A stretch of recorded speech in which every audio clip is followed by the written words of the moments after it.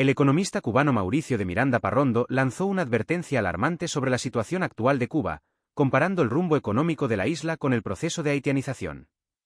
Este término, cargado de implicaciones negativas, se refiere al deterioro estructural de las instituciones, el colapso productivo, la pobreza extrema y la pérdida total de calidad de vida. Según el economista, si el gobierno no corrige su modelo centralizado y autoritario, el país corre el riesgo de caer en un estado de miseria institucionalizada. De Miranda señala que la falta de reformas reales y la incapacidad del régimen para reconocer los errores de su modelo han empujado a la economía nacional a un punto sin retorno. El desabastecimiento crónico, la dolarización parcial sin respaldo productivo y una inflación galopante han socavado el poder adquisitivo del cubano promedio. A esto se suma la destrucción del aparato productivo, que no se ha podido recuperar por la ausencia de incentivos, propiedad privada real y acceso a mercados internacionales. Lo más preocupante, según el economista, es que el gobierno sigue aferrado a un discurso ideológico sin base en la realidad económica del país. A su juicio, la única salida viable sería una apertura completa al mercado, el respeto a la propiedad privada y una democratización institucional.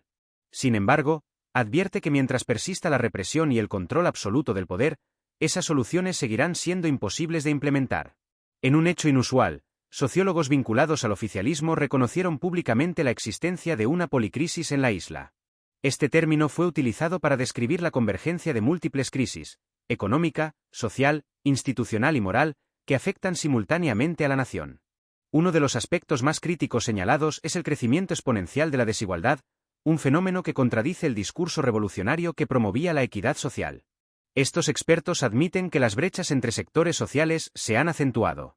Mientras una minoría vinculada al poder accede a divisas, bienes y servicios de calidad, la mayoría de la población sobrevive en condiciones cada vez más precarias.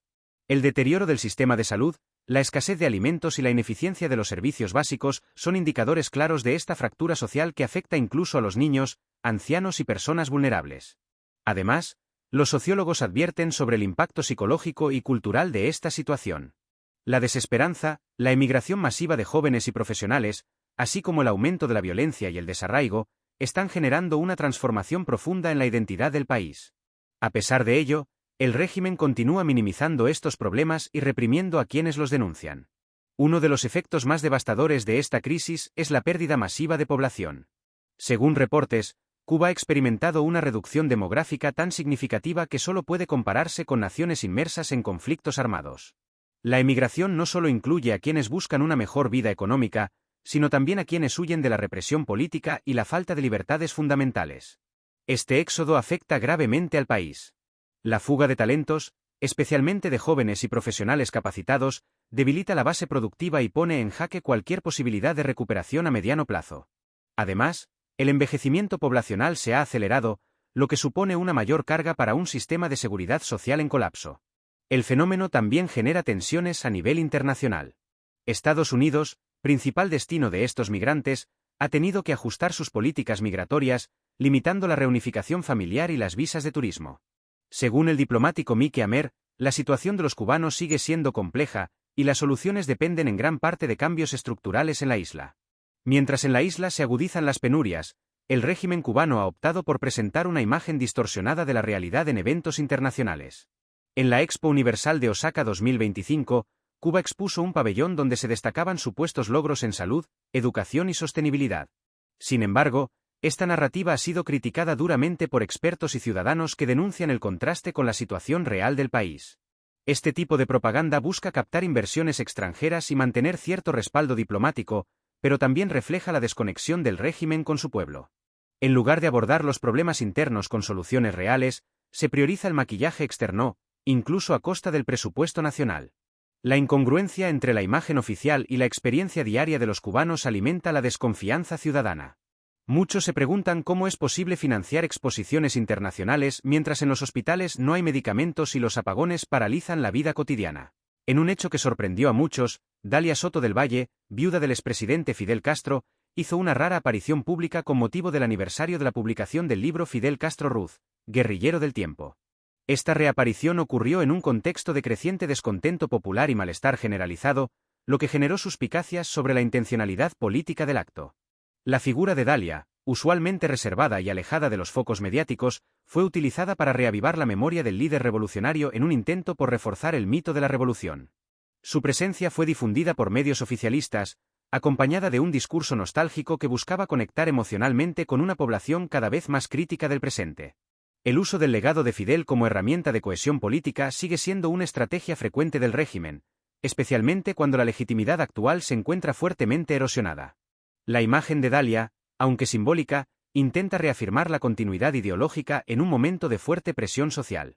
Sin embargo, para muchos cubanos, el recuerdo de Fidel no evoca esperanza sino frustración.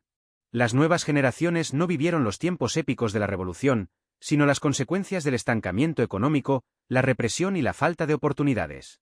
En ese sentido, la reaparición de Dalia no logra el efecto unificador deseado, sino que resalta la desconexión entre la narrativa del poder y la realidad del pueblo. El periodista cubano Mario J. Pentón protagonizó un inusual encuentro en un aeropuerto español, donde se cruzó con el exespía cubano Fernando González Yort, una de las figuras emblemáticas de la Red Avispa. Pentón, sin perder la compostura, cuestionó a González por su participación en actividades de inteligencia y la falta de arrepentimiento por las acciones del régimen cubano. Este enfrentamiento, aunque breve, generó un gran impacto en redes sociales y entre los exiliados. El vídeo del intercambio se viralizó rápidamente, y para muchos fue una representación de la confrontación moral entre los defensores del régimen y quienes han denunciado sus violaciones a los derechos humanos. Fernando González, que actualmente dirige el Instituto Cubano de Amistad con los Pueblos, ICAP, respondió con evasivas, evitando cualquier autocrítica o diálogo serio. Su actitud reforzó la percepción de que el régimen se niega a enfrentar su pasado con honestidad. Este tipo de episodios revela cómo la lucha ideológica cubana se ha trasladado al escenario internacional. Para la diáspora, especialmente la radicada en Estados Unidos y Europa, confrontar directamente a representantes del poder cubano se ha convertido en una forma de visibilizar los abusos del sistema. En este caso, Mario J. Pentón actuó como portavoz de muchos cubanos que han sufrido el exilio, la censura y la represión. Uno de los temas que más angustia a los cubanos dentro y fuera de la isla es el estancamiento en los procesos de reunificación familiar y la obtención de visas de turismo. Según declaraciones del embajador estadounidense Mike Amer, el contexto político y la falta de condiciones democráticas han complicado significativamente estos procesos. Aunque se han hecho avances en materia de perogul humanitario, la reunificación de familias cubanas sigue siendo un proceso lento, burocrático y con muchas restricciones. El alto número de solicitudes, junto con la escasa infraestructura consular en La Habana, ha generado una acumulación sin precedentes de casos. Muchas familias pasan años esperando por una cita o una respuesta, mientras la situación en la isla se deteriora día a día. Esta desesperación ha alimentado flujos migratorios irregulares, como cruces por Nicaragua o intentos por mar, con consecuencias muchas veces trágicas. Por su parte, el gobierno cubano utiliza esta situación para victimizarse ante la comunidad internacional, mientras mantiene trabas internas que impiden la libre salida de ciudadanos con pasaportes vencidos, permisos retenidos o restricciones arbitrarias.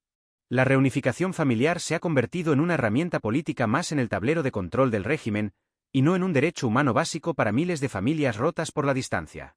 En medio de la escasez y la desesperación económica, las estafas con recargas internacionales fraudulentas han aumentado alarmantemente en Cuba.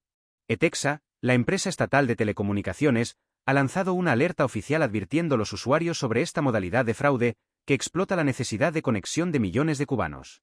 Las recargas internacionales, muchas veces enviadas por familiares en el exterior, son vitales para que los cubanos puedan navegar, comunicarse y trabajar desde la isla.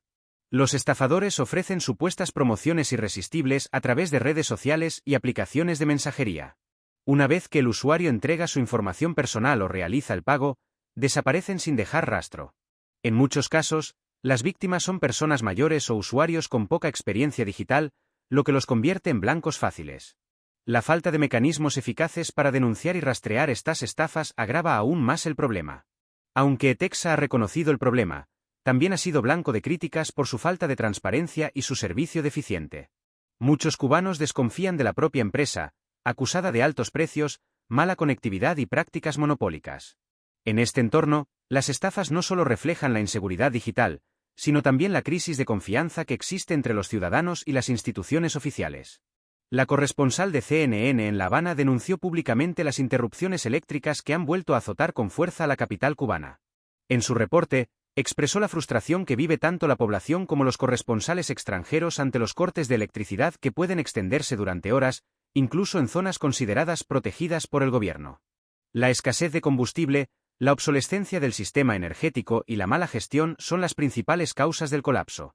Estos apagones no solo afectan la vida cotidiana, sino que también paralizan la economía informal, impiden el estudio de los jóvenes y provocan pérdidas de alimentos y medicamentos.